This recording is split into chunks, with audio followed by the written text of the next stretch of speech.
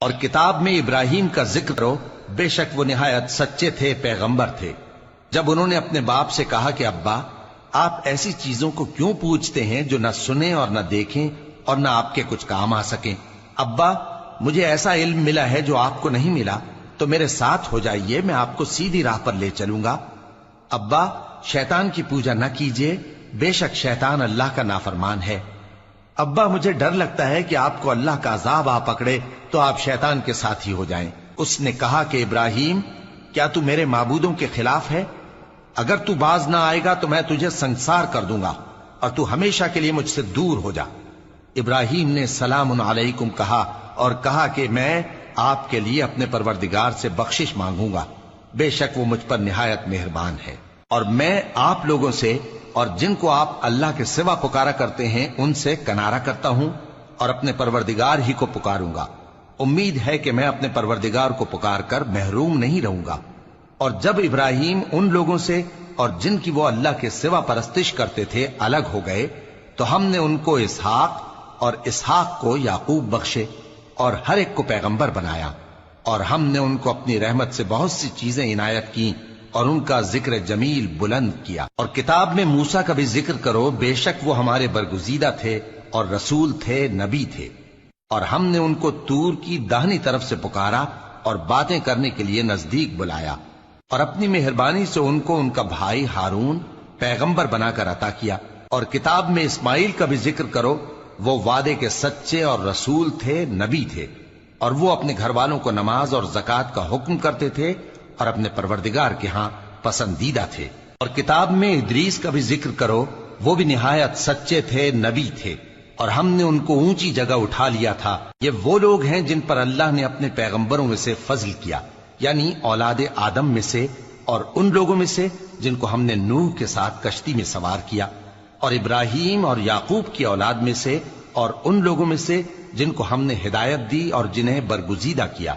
جب ان کے سامنے ہماری آیتیں پڑھی جاتی تھیں تو سجدے میں گر پڑتے اور روتے رہتے تھے۔ پھر ان کے بعد چند ناخلف ان کے جانشین ہوئے جنہوں نے نماز کو ضائع کر دیا اور خواہشات نفسانی کے پیچھے لگ گئے، سو ان قریب ان کو گمراہی کی سزا ملے گی۔ ہاں، جس نے توبہ کی اور ایمان لایا اور عمل نیک کیے تو ایسے لوگ بہشت میں داخل ہوں گے اور ان کا ذرا نقصان نہ کیا جائے گا، یعنی ہمیشہ کی بہشتوں میں، جس کا اللہ نے اپنے بندوں سے وعدہ کیا ہے کہ جو ان کی آنکھوں سے پوشیدہ ہے۔ بے شک اس کا وعدہ نیکوکاروں کے سامنے آنے والا ہے، وہ اس میں سلام کے سوا کوئی بیہودہ کلام نہ سنیں گے اور ان کو صبح و شام کھانا ملے گا۔ یہی وہ جنت ہے جس کا ہم اپنے بندوں میں سے ایسے شخص کو مالک بنائیں گے جو پرہیزگار ہوگا۔ اور فرشتوں نے پیغمبر کو جواب دیا کہ ہم تمہارے پروردگار کے حکم کے سوا اتر نہیں سکتے۔ جو کچھ ہمارے آگے ہے اور جو پیچھے ہے اور جو اس کے درمیان ہے سب اسی کا ہے، اور تمہارا پروردگار بھولنے والا نہیں، یعنی آسمان اور زمین کا اور جو ان دونوں کے درمیان ہے سب کا پروردگار، تو اسی کی عبادت کرو اور اس کی عبادت پر ثابت قدم رہو۔ بھلا تم کوئی اس کا ہم نام جانتے ہو؟ اور کافر انسان کہتا ہے کہ جب میں مر جاؤں گا تو کیا زندہ کر کے نکالا جاؤں گا؟ کیا ایسا انسان یاد نہیں کرتا کہ ہم نے اس کو پہلے بھی تو پیدا کیا تھا جبکہ وہ کچھ بھی چیز نہ تھا؟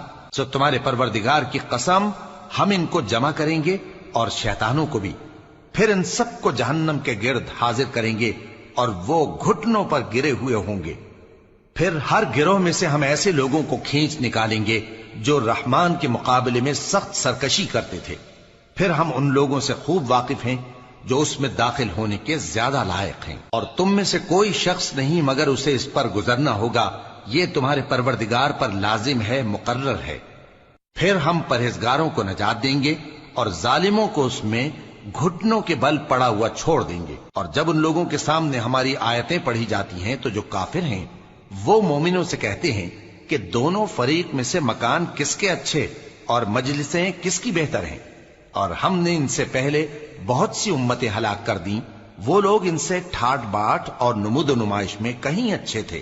کہہ دو کہ جو شخص گمراہی میں پڑا ہوا ہے، رحمان اس کو آہستہ آہستہ مہلت دیا جاتا ہے، یہاں تک کہ جب اس چیز کو دیکھ لیں گے جس کا ان سے وعدہ کیا جاتا ہے، خواہ عذاب اور خواہ قیامت، تو اس وقت جان لیں گے کہ مکان کس کا برا ہے اور لشکر کس کا کمزور ہے۔ اور جو لوگ ہدایت یاب ہیں اللہ ان کو زیادہ ہدایت دیتا ہے، اور نیکیاں جو باقی رہنے والی ہیں وہ تمہارے پروردگار کے ہاں صلے کے لحاظ سے خوب اور انجام کے اعتبار سے بہتر ہیں۔ بھلا تم نے اس شخص کو دیکھا جس نے ہماری آیتوں سے کفر کیا اور کہنے لگا کہ اگر میں اثر نو زندہ ہوا بھی تو یہی مال اور اولاد مجھے وہاں ملے گا؟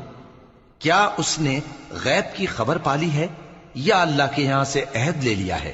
ہرگز نہیں، یہ جو کچھ کہتا ہے ہم اس کو لکھتے جاتے اور اس کے لیے آہستہ آہستہ عذاب بڑھاتے جاتے ہیں، اور جو چیزیں یہ بتاتا ہے ان کے ہم وارث ہوں گے، اور یہ اکیلا ہمارے سامنے آئے گا۔ اور ان لوگوں نے اللہ کے سوا اور معبود بنا لیے ہیں تاکہ وہ ان کے لیے موجب عزت ہوں۔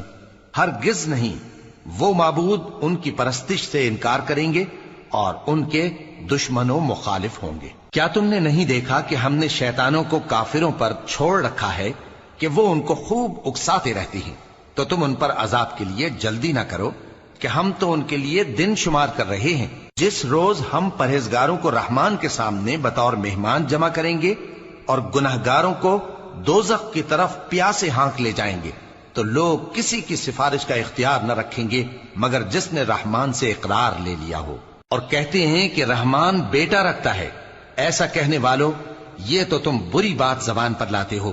قریب ہے کہ اس جھوٹ سے آسمان پھٹ پڑے اور زمین شق ہو جائے اور پہاڑ پارا پارا ہو کر گر پڑیں کہ انہوں نے رحمان کے لیے بیٹا تجویز کیا، اور رحمان کو شایع نہیں کہ کسی کو بیٹا بنائے۔ ہر شخص جو آسمانوں اور زمین میں ہے رحمان کے روبرو بطور بندہ ہی آئے گا۔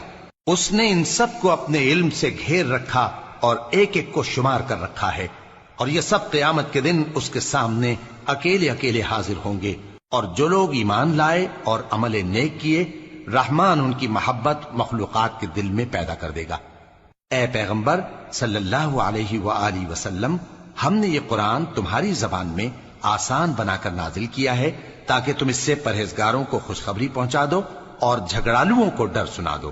اور ہم نے ان سے پہلے بہت سے گروہوں کو ہلاک کر دیا ہے۔ بھلا تم ان میں سے کسی کو دیکھتے ہو یا کہیں ان کی بھنک سنتے ہو؟